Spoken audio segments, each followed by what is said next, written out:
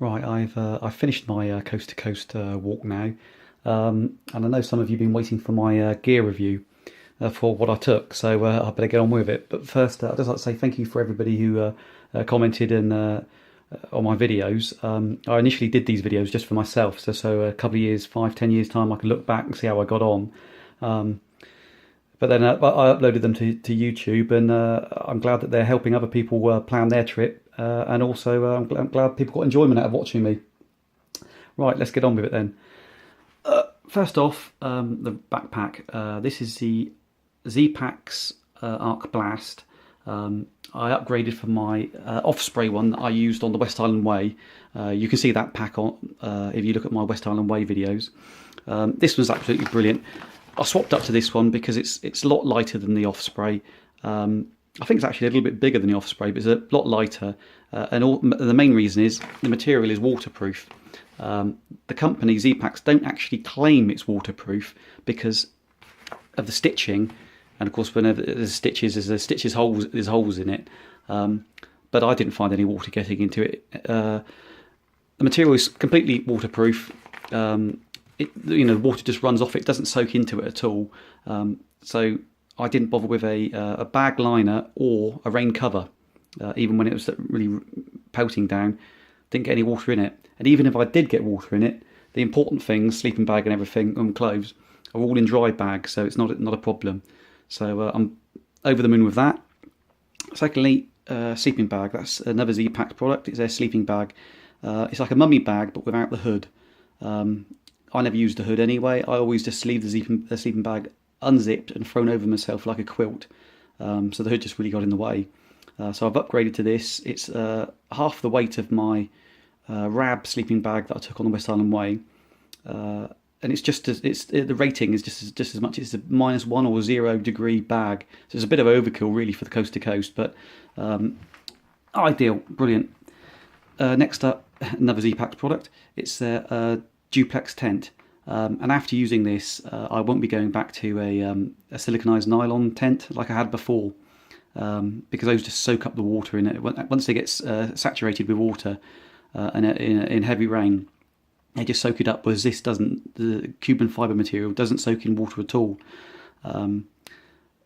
So this is bigger than my old tent. It's lighter than my old tent. It doesn't soak in the water like my old tent. So absolutely brilliant. Next up, clothes. In there I got hat and gloves for if it was cold. Didn't use them, but I think I always take them. A puffy jacket, which I think I only wore once. Spare pair of boxer shorts, 2 spare sets of socks, and a towel to dry myself. So stopping at campsites and pubs where you could use showers. I had a body towel in there, only a very small one, but body towel in there. Next to that, got the over trousers and rain jacket. Right, in the yellow bag there, that's my food. Only, I think, for the first 7 days or so, because I was resupplying out of my car in Richmond, so I only had to have enough food to get to there. I wild camped twice, so I took some food for that, so for in the morning and for in the evening. I had some cereal bars in there and some coffee and stuff.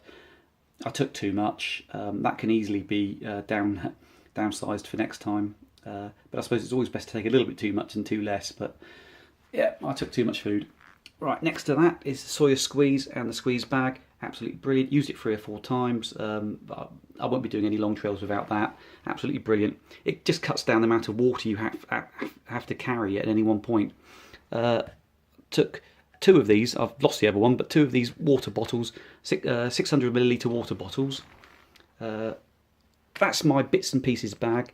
I put everything in there that I don't want to get lost in the rucksack. I'll go through that in a minute. Sun hat, needed that. you could probably remember seeing me wear that. Then we've got trowel, toilet paper, hand sanitizer. That was used. Cook set. I got rid of that in Richmond because I didn't need it. But it's quite light anyway. But I'll go through that at some other point. I'll probably make another video on that one.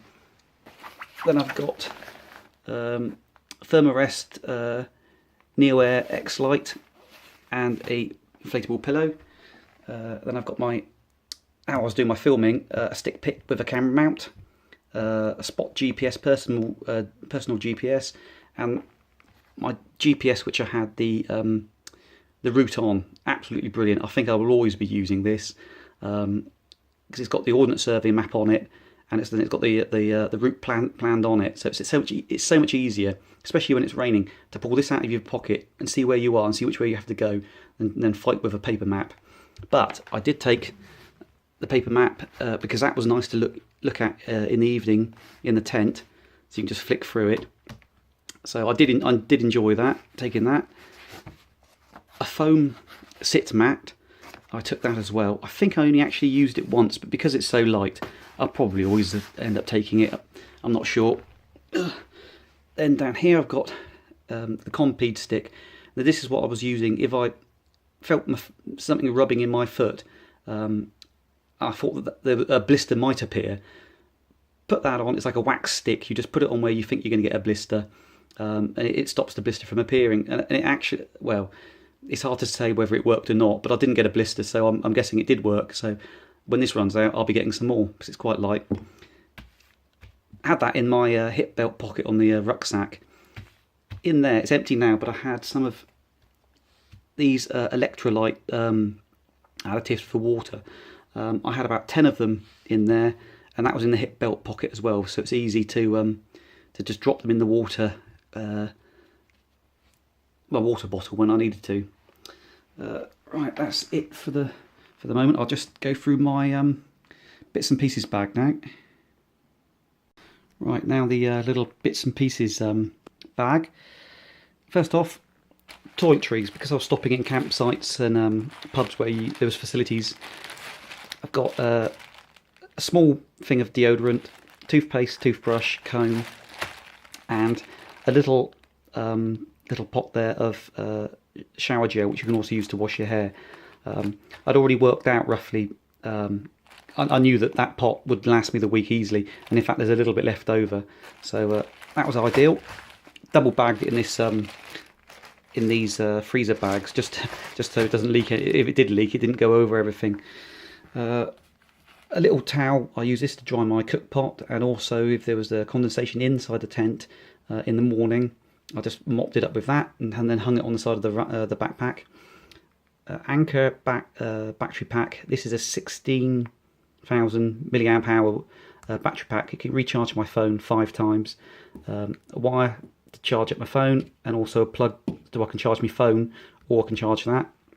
Memory stick and a cable, so I can plug the memory stick into my phone to back up the videos, because my phone's only got a 32 gig of internal storage and no SD card slot on it, so I could always back it up and then wipe the files off my phone if need be. Spare batteries. Those aren't for the standard GPS. Those are for this thing, because this thing takes 4 AAA lithium batteries. They have to be the lithium ones, and lithium batteries are reasonably hard to come by. I didn't bother taking spare batteries for that GPS because the batteries last about 4 days, and after 3 days, next shop I just came to, I bought batteries, put them in there, and threw the old ones away. So you don't really need to take spare batteries for that. Head torch. Only actually used it once. This is absolutely brilliant. A small little light head torch. If anybody's planning on doing some night hiking, this isn't the head torch for you. It wouldn't be any good for that. But it's good for normal camping. Like I say, only used it once. Definitely have to take it again. You need a head torch, and it's perfect. Multi-tool.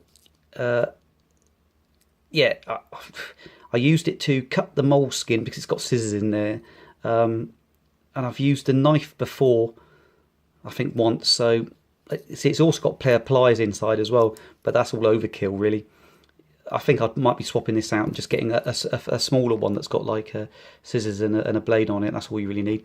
Spare Bic lighter. Always put a Bic lighter in with the cook kit, but just in case I lose it or breaks or something, I've got a spare one. And this is my first aid kit. I've got moleskin there, which I don't think I'll be using again, because at one point when I thought I was having a blister appear, I put some of this on, and with your foot sweating and stuff, it soon comes off, so I don't think I'll be using moleskin again. But also in here I've got standard blister plasters. I did have, which I haven't got in here now, some painkillers, and that's just some repair tape for Cuban fibre repair tape for the tent. So that's the contents of my bits and pieces bag. Right, that's all my gear. The total weight of all this was just a little bit over 6.6 kilograms. In the description below the video I shall put a link to my Google Documents where you can see exactly what I took and the weight. I've got a printout of it here, and I found this very handy for working out exactly what I'm taking and how much weight everything is, because once you add it all up on a sheet like that, that's when you start thinking, do I really need to take certain things? So that's a very good idea. Like I say, I'll put a link just below in the description so you can see that if you want to. But that's it. Thank you very much for watching, and bye.